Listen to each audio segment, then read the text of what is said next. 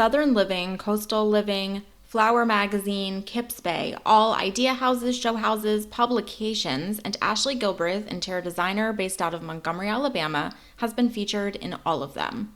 She blends a timeless classic style with modern sensibilities, creating spaces that are beautiful and livable. To top it all off, she has a book called The Joy of Home, an online shop, and you know what? The Joy of Home was such a perfect title because joy was absolutely the word I would use to describe my conversation with Ashley. She was such a genuine, authentic person, so passionate about her work, and I am really excited for you to hear our conversation. Enjoy! Welcome to Grandma's Silver, where tradition meets today. I'm Allie, your host and the founder of the Grand Millennial Lifestyle. Here, we blend aesthetics with nostalgia, engaging in conversations with lifestyle brands, designers, and more to rediscover the timeless charm of the past. Join me as we journey from home to heart, illuminating the past and polishing the present with the gleam of Grandma's Silver. All right, Ashley. Well, thank you for being here. I'm so excited to chat with you, but why don't you go ahead and tell us who you are, what you do, and we can kind of take it from there. Thank you for having me. I'm Ashley Gilbreath. I am an interior designer in the South. We are in Montgomery, Alabama. I'm a mom of three. I have a 13-year-old, 11-year-old, and a 7-year-old. And we have a lot of fun at work. We are all over the country, which is a blessing to get to have so many fun projects and juggling the mom life and the work life and a sweet husband and all the things. That's fun. I'm sure we'll talk about that in a minute because I'm sure, and I know that this plays a little bit into your design too and having livable spaces. Talk to us a little bit about your design background and how you got into the field, how you decided, how did this all kind of come to fruition for you? I've always been a creative. It's just kind of a gift, I guess, that I was given. I joke often that it's the only gift God gave me. And so I'm trying to hold on to it pretty tight. I'm incredibly dyslexic. I do not like to read. School was never really my jam, but I could always draw a picture. And so I've always been into architecture, homes, style, just drawing. It really kind of my whole life. Went to Auburn for architectural school, quickly realized that we were not talking about the inside very often. And so they're like, honey, you don't belong on this side, you belong on the other side. So I scooted over to the interior design department, and the rest is kind of history. Took some classes at New York School of Interior Design, spent some summers up there, and have really it's just been something that I've loved really my whole life. That's amazing. And I think the architectural background, I'm hearing not tons of that, but I do feel like, and seeing your work, that must play some level of a role in your design. I feel like you have, and correct me if I'm wrong here, I would be interested to hear how you design or how you describe your sort of design philosophy, design style, because I think you do something very unique when I look at your spaces. They have a very traditional classic element to them. They're also very livable, which I love.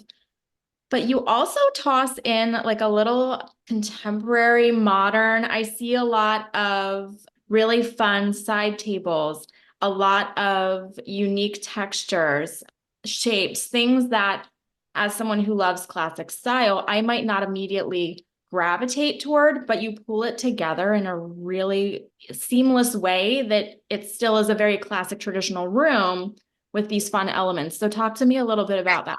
I think you nailed it. And that's really what we go for. And I kind of dumb it down often as if you're pretending that you're getting dressed to go to a party. And all of us have our classic staple items in our closet that we love, that we gravitate towards, and they're easy and they never go out of style. But I also sometimes want to still feel like I'm, 23 years old. And sometimes I need to be sophisticated and be a bit older. But I can still be the same person and have all of those elements in how I express myself. And so one of my favorite comments from a client who is actually in Los Angeles and is very famous, and he's a bit older. And he said, earlier in my life, I really wanted all of the things that you want to have that make you feel sophisticated and dignified, and the things that you look up to that, you just think you should have. And he goes, and now that I'm older, I want to be back to being 25 again. So I'm trying to mix, the really old, very expensive, old antique, sophisticated style with like a pop of neon green because I got to be cool still. All that to say, I think that's really how we dress our spaces or try to. You have traditional elements that are your staples that are completely timeless that can go in just about any space, and then you're going to throw in a piece of great, abstract art or a fun little lucite table or something that just says, "Hey, we're still current. I got it. We're good," but we are still acknowledging the importance of timeless pieces at the same time.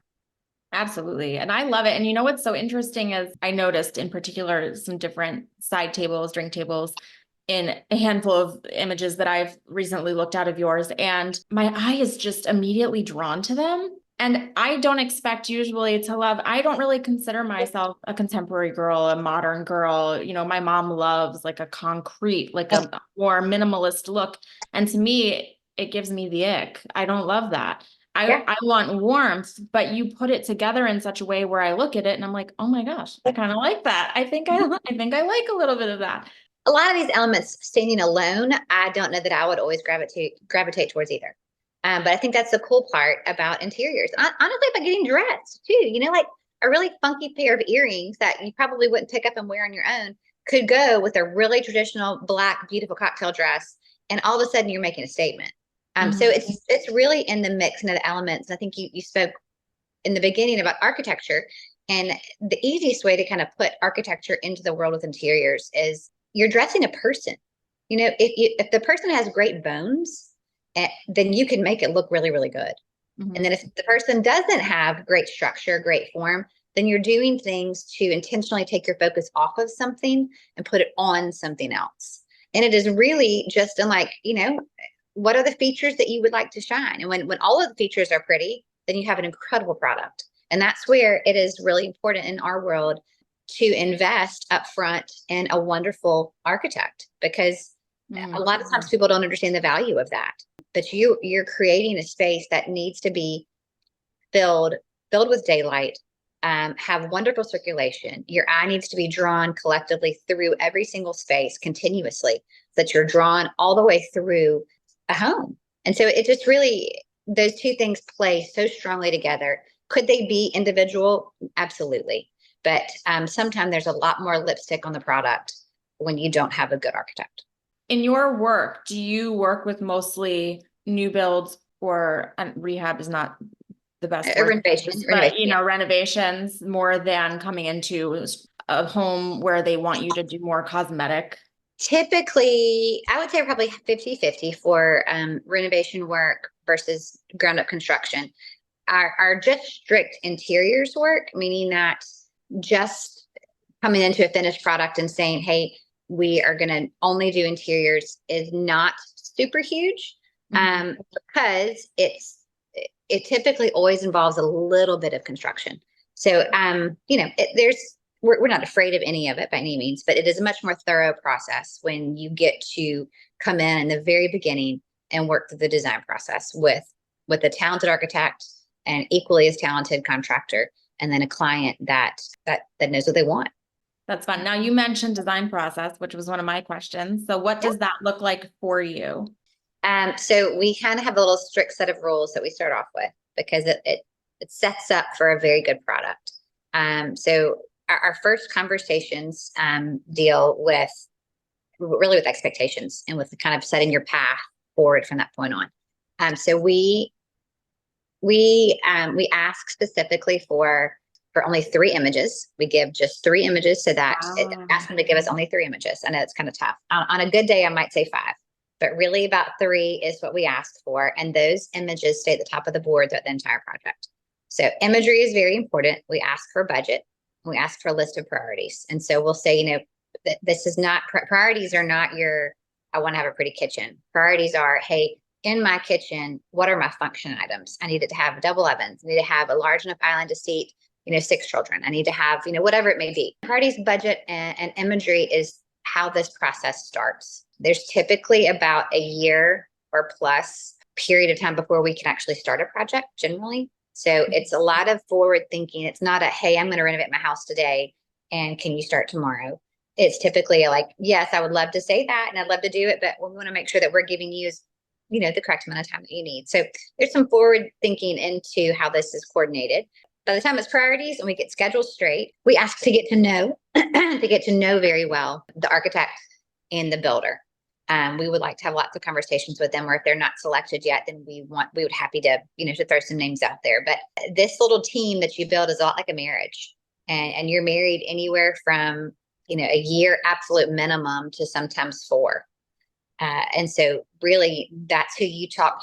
We talk to those people more than we talk to our husbands sometimes. So, so it's important that, that we understand their level of communication, that we understand their level of involvement and what their expectations are, and that we are all working towards the exact same goal together. It's a fun marriage. It's a fun process. And as long as our team is very solid, you're only as strong as your weakest links. As long as we have a good team, then we're set. That's great. And it's so funny. I used to be a wedding planner in my past Love life. it.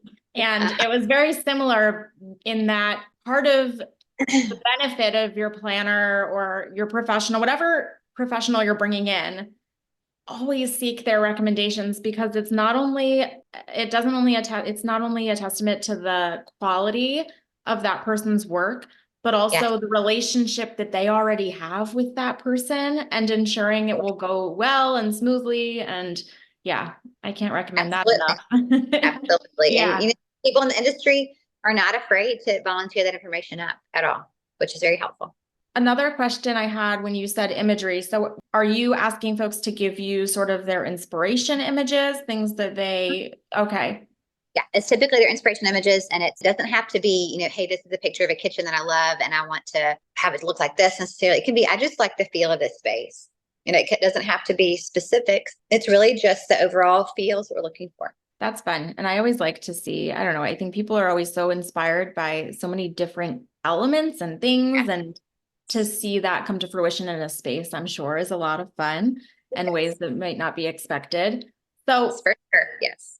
If we go back to your, I don't know if it's your trademark of sticking a little something fun into a space, or a little something unexpected into a space, but is that something that you like to encourage your clients to do? Are people generally coming to you because they like a more classic look, or are they looking to do something and shake it up, or is it really client dependent?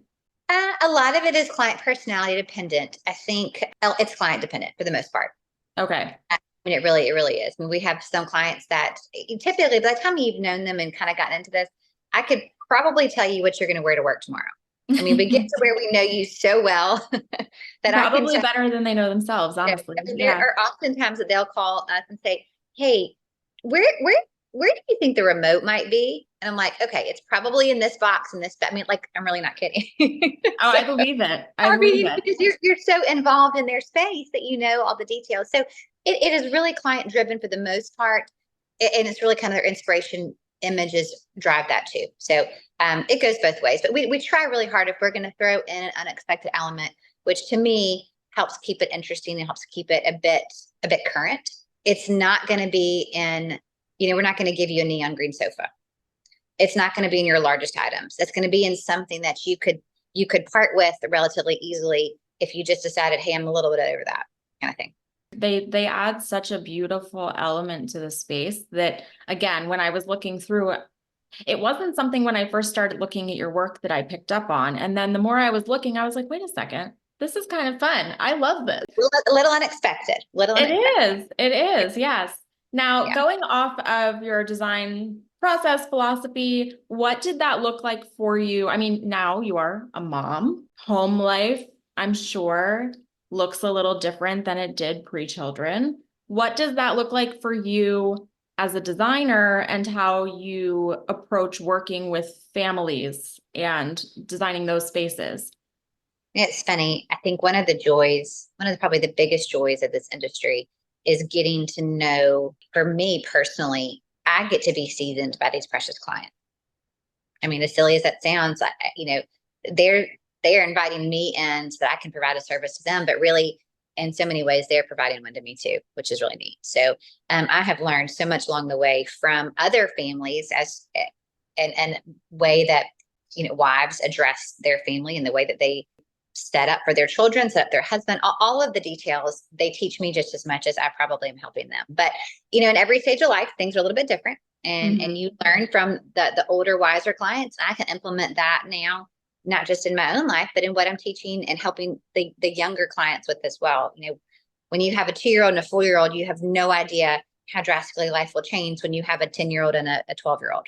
And the difference of, now you have a household of friends here 24/7, and homework is a different life. And, there's just different ages of life that you can't design something to be just a singular purpose. You have to be open and ready for the flow of life, and it changes and the needs change. And so being able to provide a space that is multifunctional and easily editable to get to what you need for the moment is something that I think we easily bring to the table because we have seen, I think, all of it, and we have lived a good chunk of it. So it's easy to kind of navigate that with clients as they are telling you, hey, I'd really like to have this. And we say, that sounds awesome. But let's also think about these 2 things too, because you may not know that this is coming, but it's coming. It's coming fast. So we can change it up a little bit. Yeah. That's perfect. You're in Alabama now. Are you from Alabama? I am not. I'm married to Alabama boy, and they don't leave. I'm teasing. They don't leave, but I love being here. No, I was born in Santa Monica. So I was born in California. Was there for almost 5 years. My mom was a Pan Am stewardess in California and Los Angeles. And then I grew up in Baton Rouge. So went from one LA to Louisiana, LA. And then I joked that we moved to another LA. We moved to kind of mid Alabama, lower Alabama, somewhere in there. So from there to Montgomery. So I have not been here forever. I've been here almost 20 years, which is kind of crazy. But it's a wonderful place for children. It's a wonderful place for families. And we live in a sweet little bitty town. It's not a little bit, we're in the capital, but it feels like a little bitty town. I have to imagine, and it's funny because as soon as you said California, it sort of clicked for me like, oh, I wonder if that's part of your influence with some of the more contemporary pieces and that fun. And how did the different places that you've lived play into your design philosophy process, what you love?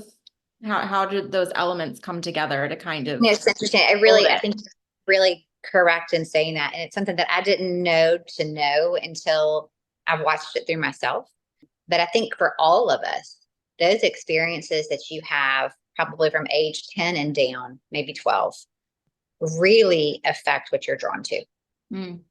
It's not, that's like in your tucked away in your brain somewhere. Those are kind of like your sacred places that you don't even know that you're trying to recreate them, but you are. So the environment in California, I love being outside. In California, our windows were open every single night. It's beautiful, beautiful everything, beautiful fruit, beautiful flowers, beautiful outdoor spaces. The weather's perfect. The sun shines there a lot. So, even just this morning, there's not a day, unless it's really cold outside, that I don't wake up and come to the kitchen and open up the doors and they're just wide open. It's a feel good for me. My husband thinks I'm crazy, but it is, So I do think it's married and it's kind of embedded into you. And I think with clients in general, really with any of us, we're drawn to the daylight. So the more natural light you can bring into a space, the better it feels and the more you're drawn to that space. And so I think that is something that I probably grew up knowing that without trying, I just continually try to implement that because it's a pretty space. So it's funny, even with a client, I had a wonderful client years ago that said, I would like for you to reproduce for me, please, my mom's house that I grew up in. And I grew up in the early 80s and I want a pink and blue house, a coral and blue house. And I was like, okay, hang on a minute, what? But the reality is that's her feel good. That's what she remembers. Those are the spaces that she felt completely wrapped in love. And that was her happy spot. So she has a beautiful pink or coral and blue house. And it's very current, but it's very reminiscent of what she grew up with. That's really special too. You're not wrong. I think that is there's such a peace to living in spaces like that just you feel comfortable in, you feel loved, I think, as you said. So I really like that approach. And I think it's fun that people have come to you and directly asked for that too. Well, it's a fun design challenge. Sometimes when they're too easy, they're not quite as much fun. It's really nice to understand what makes someone tick. and the place that they remember feeling loved. And so if we can provide any type of a memory of that, then we're walking in the right direction. I know that you've participated in various show houses like Kips Bay, I think you did, as well as Love them, yeah. Flower Show House. Am I making that up? Flower Magazine, you're right. Yeah. Flower Magazine, Rouge, Kips Bay, Atlanta Homes. We've done Southern Living. We've done a couple of them. Yes, I think I'm a bit of a sucker for that stuff. Yes. You say it so casually. Congratulations. That is, I mean, Well, your work is beautiful. Your work is gorgeous. And those are such amazing accomplishments. So kudos to you. Thank you. Thank you. It's a lot of fun to do. But those experiences are definitely, I have to imagine, different for you than working with a client, because you get to bring a little bit of your own pizzazz to that and your own vision. So what were some of your inspirations behind, if you want to even talk through one or two of those projects? Sure. Yeah. Well, so Kips Bay is always a fun one. And we did Kips Bay in Palm Beach. So you're taking an aesthetic there and a lifestyle there that you kind of need to be understanding of, but then also make it into your own. So for our space down there, we kind of went ultra traditional in almost every facet, but created what we kind of called like the beach cabana. Like we tinted the walls, tinted the ceiling and draped the walls to create a very striped kind of cabana feel. So you're still beachy, but you are filling that shell with very traditional reminiscent objects that to me feel very collected over time. If we had the primary bedroom. And so to me, that's the space where, where I would live. And I want to have the things that remind me of my mom and remind me of my children, remind me of my husband, and that have been collected. It's not a guest bedroom. It's not a children's bedroom. It is the primary bedroom. So it needs to feel very collected and very special. And then, of course, you got to throw in a real fun, abstract, overscaled piece of artwork just to shake it up some, because I'm not totally a grandmama, but I love those things. So shake it up a little bit. And the Baton Rouge Flower Magazine show house was very similar. Growing up in Baton Rouge, it was really special to me to be able to be back there again, and to get to have one of the main spaces. We got to the whole living room, which was one of the very first spaces you see when you walk in the door, and it's probably the largest footprint of a space too. So we were honored to get to have that space. I think I would have been thrilled to have the laundry room, honestly, but it was exciting to have that space. And Baton Rouge, in my mind, is a bit more of a trendy city. It's a bit more forward thinking, I would say, or maybe just forward in design than sweet traditional Montgomery is where I am here. So it was important there to marry the two. The style of the house was very Regency, could go that direction very easily. We were sponsored by Cravat, so it was an attempt to use as many Cravat patterns and fabrics as possible. And so in an attempt to marry kind of our style and the style of the architecture and also have a sense of place, we wrapped that space in a very uber traditional wall covering that, again, standalone, I would have been like, I'm probably not going to go there. But then the interiors were much more modern, very clean lines, very monochromatic color palettes. So it's kind of like you just moved into your grandmother's home and kept the shell, but made everything else be very current. So it's a contradiction again of elements, but I think it leaves a bit of a surprise. Like, the builder there was like, I would have never picked this wallpaper. I'm like, yeah, I know. Honestly, I probably wouldn't have either. But when you mix it with the really, really modern elements, it becomes unexpected, and it can become much more current. And it gives you the inspiration that you can actually take these old, beautiful things and make them yours. Make them yours and own it and make it look really good. So it was a lot of fun. I love that. And the pictures are beautiful. If folks haven't seen them, go look, because you won't be disappointed. It's funny as you're saying that, because I've seen a couple of images from your portfolio and your Instagram, Facebook, not Facebook, Instagram website. Yeah. And one of my early thoughts was, it's kind of like that peaceful serenity of almost a Malibu, and somehow blending it with like things that have been passed down, like heirloom pieces. And I think that is such a unique, again, I mean, I know I've already kind of said this, but I think it's such a unique blend. As you were talking even about, you know, this very traditional wallpaper and the juxtaposition of then the modern pieces and it all working, you do Yeah. that so stinking well. So Well, it's so it fun takes to some effort. see. It's so fun to see. Yeah. Thank you. Thank you. It is really fun. You know, we say often that if a client loves something, we're going to use it, period. Hmm. If you love it, then it is usable 100%. We just need to figure out how to balance it. So it's just Exactly. it's a play on proportion and scale and texture and mixing tones a little bit. And it's like you're kind of painting a picture, as silly as it sounds, or, you know, to make it a little bit more simple, it's like you're getting dressed in the morning. You know, you have to balance your shoes with the length of your dress and how you wear your hair and what earrings you put on. And it's how well you can put together proportions. Although today I don't have much going on over here, but You look very elegant. Folks can't see you, but you look very yes, elegant. I yes. am a frizzy. I've entered frizzy season, so I you think look we're all lovely. great. I'm glad nobody can see me because I'm just propped up in here. But yeah, Oh so my God. it's a lot like just getting dressed, you know, at the end of the day. It's really just a matter of mixing proportions and scale and color and texture. There's a lot of exciting things I'd like to dive into, but one question I have for you is in your own home, is it harder to decorate your own space than your clients' spaces? And what you're laughing, I guess, is that a yes? You know, it's funny, we live here, you know. I know. I think my children will tell you, you know, cobbler's kids have no shoes. You know, it's funny. My son's room has only one nightstand lamp in it right now that I've been meaning to get him a second one for probably 6 months. So, you know, yes, yes. I don't know that it's harder. It's just that at the end of the day, you just kind of want to come home and sit down, you know. Hmm. And so it doesn't always go quite as swiftly as I would like for it to over here.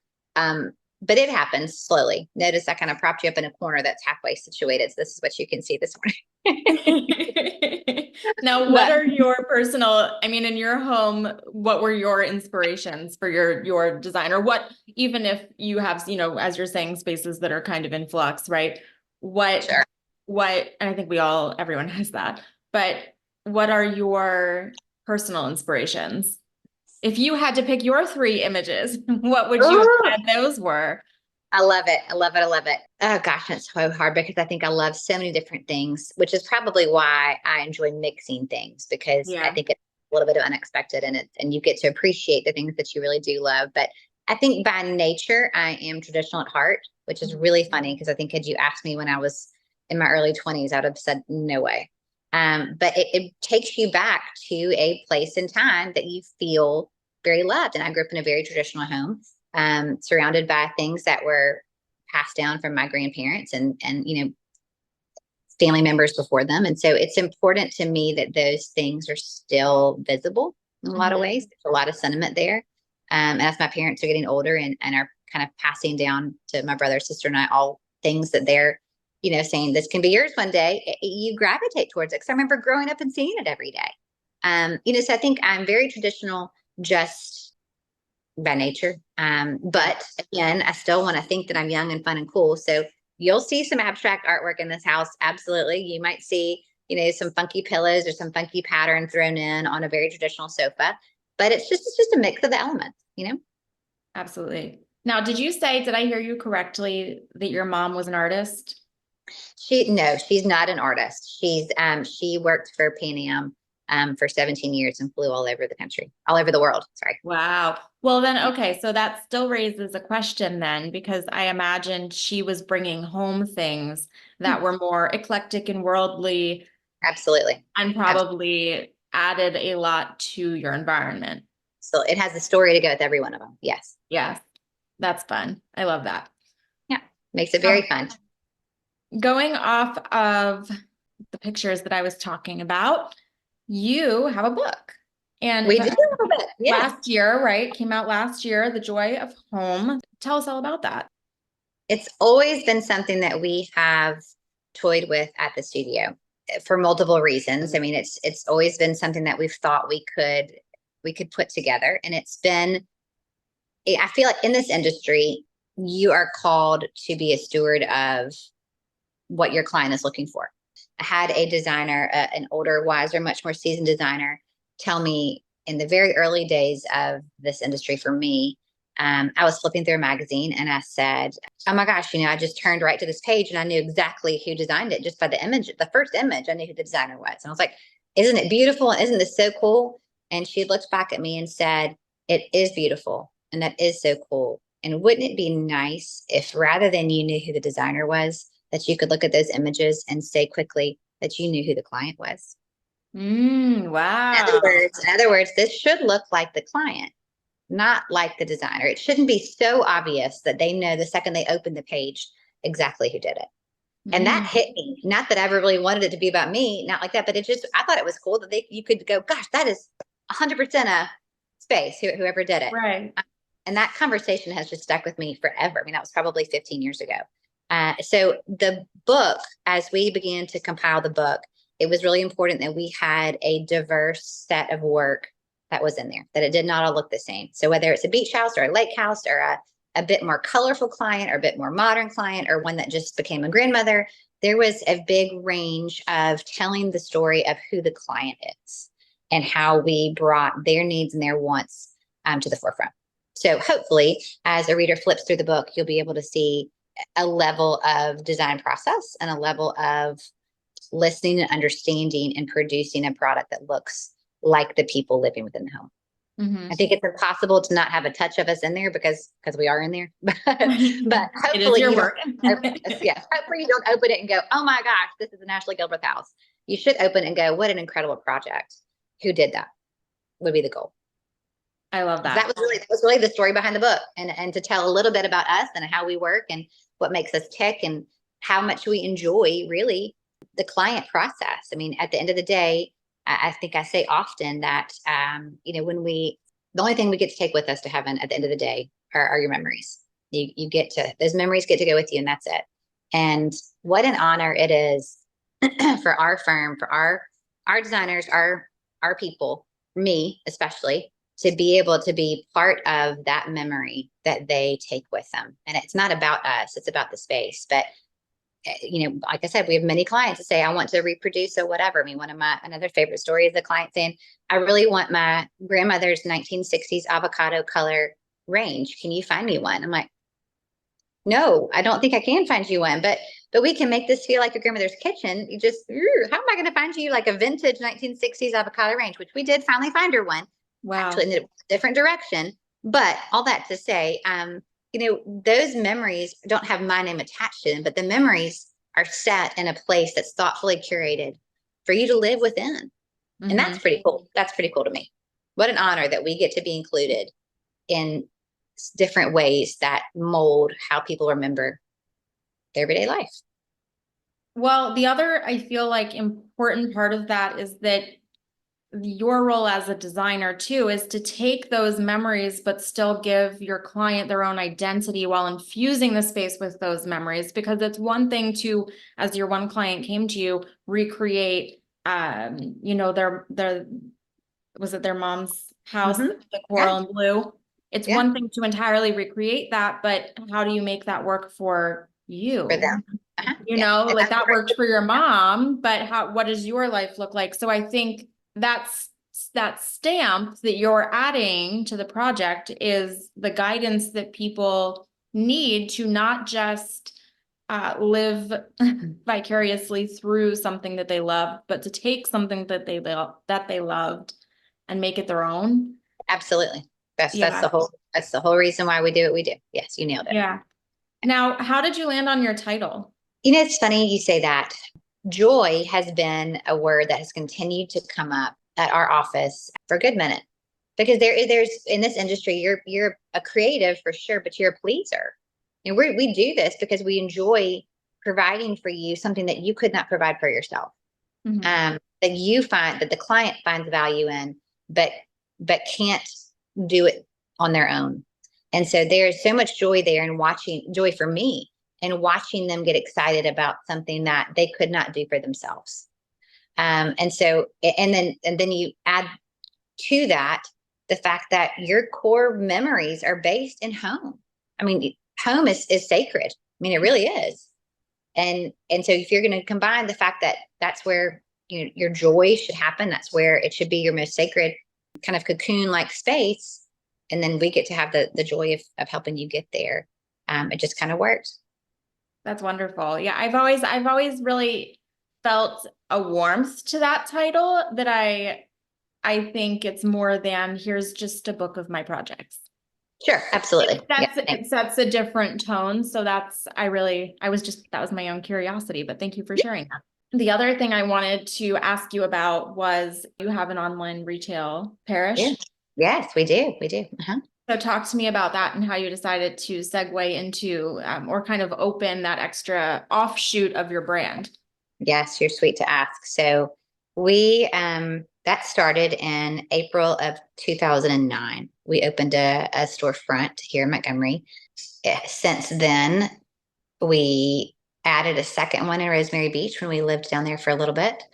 And then when we were in Rosemary Beach and we were planning to come back to Montgomery after COVID stuff, we honestly kind of closed both of them and just really did online. Online is very small and very curated, but in the world where you're dealing with pretty things all day long, it's easy to sell it to the public as well. I mean, we have a whole warehouse full right now that we just purchase things that we like along the way, knowing that they will find a beautiful home in a client's home or maybe in mine one day. We just buy the things that we like. But it's funny how life kind of spins. I never thought that we would ever have a retail store, but we started this business in I think '06. '06 or '07, maybe '07. In August of '08, I was pregnant for the first time, and we were having identical twin little girls. And we got to the 31, 32 week mark, and we lost both of them. And that was and so that was the first pregnancy. My heart was broken. You know, you're in kind of a weird grief spot and don't really know what to do or how to get out of it. I'm not a sit stiller by nature. I don't do well sitting still at all.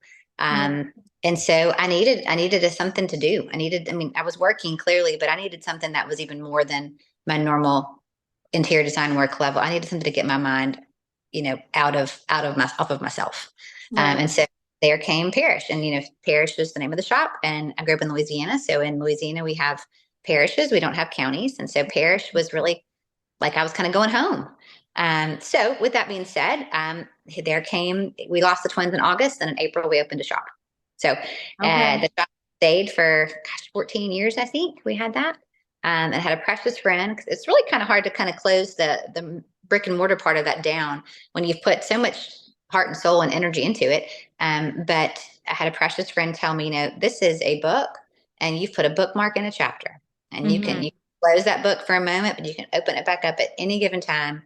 I kind of jokingly said often that I was either going to have to drop a child or drop a husband or drop a shop. Something was going to have to go. There were too many things happening all at one time. So all that to say, we went from the brick and mortar paying rent and actually running an everyday retail store to doing it online, and has helped simplify my daily mentality greatly. But we still have the ability to have beautiful things and to sell them as we want to. Beautiful things they are. Who wouldn't want to just shop in a store of things that a designer has already curated for you? Sure. It's beautiful. I mean, obviously you have a beautiful eye. And so it's just a reflection of your work, but then also your style and things that, people could incorporate into their own style, their own routines. So yeah, I've encouraged people to go check that out as well. So where do you see your brand going? Where do you see, or even trends outside of your brand? What are you seeing right now in design, and how do you feel about it? Trend wise, and this is personal, maybe a bit personal and maybe not quite as much trend, but I hope that we are trending towards a bit more of an edited style. And I think that's maybe a kind of a rise above approach. But I think in the world of so many visual things coming at us, whether it's Pinterest or Instagram or actual paper publications, there is so much coming at us visually. Even for me, sometimes it's very difficult to go, oh, okay, I like all of these things. Now, which one am I going to actually go to? So with that being said, I hope that we are trending towards a level of actually being able to make your own personal decisions and not have to combine 4 different styles that you absolutely love into one collective home, that you can kind of say, let's edit and get down to something that is really, really good. And you can mix little bits, but it's really hard when you walk into someone's house and you've decided that, they've kind of done it on their own and they have shiplap on in one room and they have brick and a brick on another wall, and they have wallpaper because they really like the traditional style in their powder bath. And like, whoo, what's happened here? So I hope that we are trending towards editing. Editing, it's kind of like once you know all the cards on your table, then you can pick out the 3 that you like the best. But when you get a new card every now and then, you're like, oh, I like that for a minute. And now I like this for a minute. So now hopefully we have enough saturation visually of imagery that we can kind of say, okay, I really boil this down and really like this the best. And I can implement small pieces of other things in here, but I don't have to commit fully to all of these things. So I hope we're trending that way. For us, I feel like we try very hard to do a good job of editing down to highly functional spaces that are classic yet fresh, and that are designed in a way that they can be multi-purposed as life edits, which it does daily.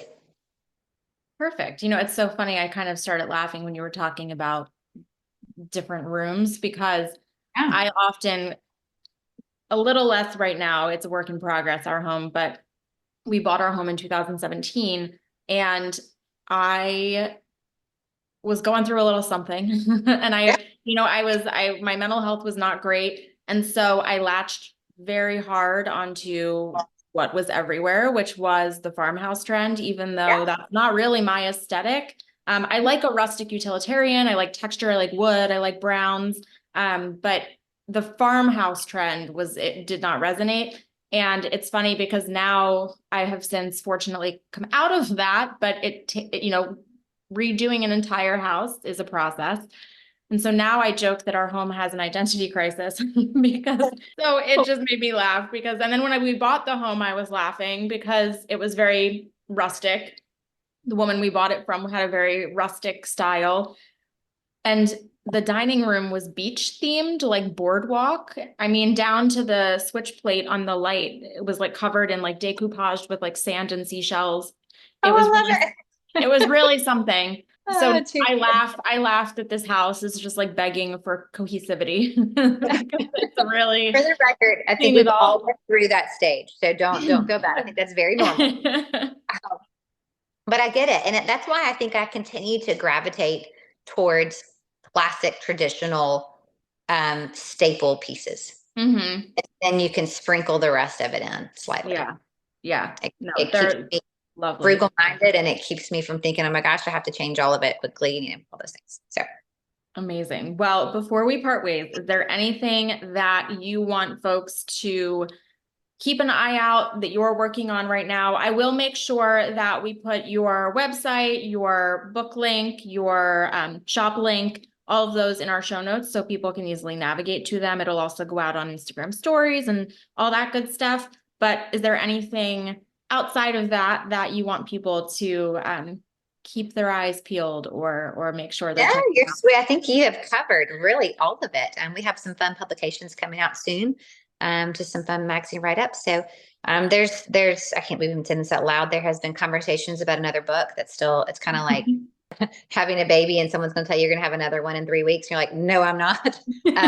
But just a little fresh for me. It was a fun process, but it was a very tedious process. So there's been talks about that in the future. We'll see if it happens or not. I got to get a lot more energy between now and then if that's going to happen. But all that to say, no, I think we've hit everything. Keep us in mind. Keep checking out some fun stuff that we have posted, and hopefully we'll have a good bit more to come. We have some great projects in the work that are wrapping up right now. So lots of fun stuff to come. Thank you for being here. Thank you for sharing with us. And like I said, I'll make sure people can find everything. Absolutely. Thank you so much. This was a lot of fun.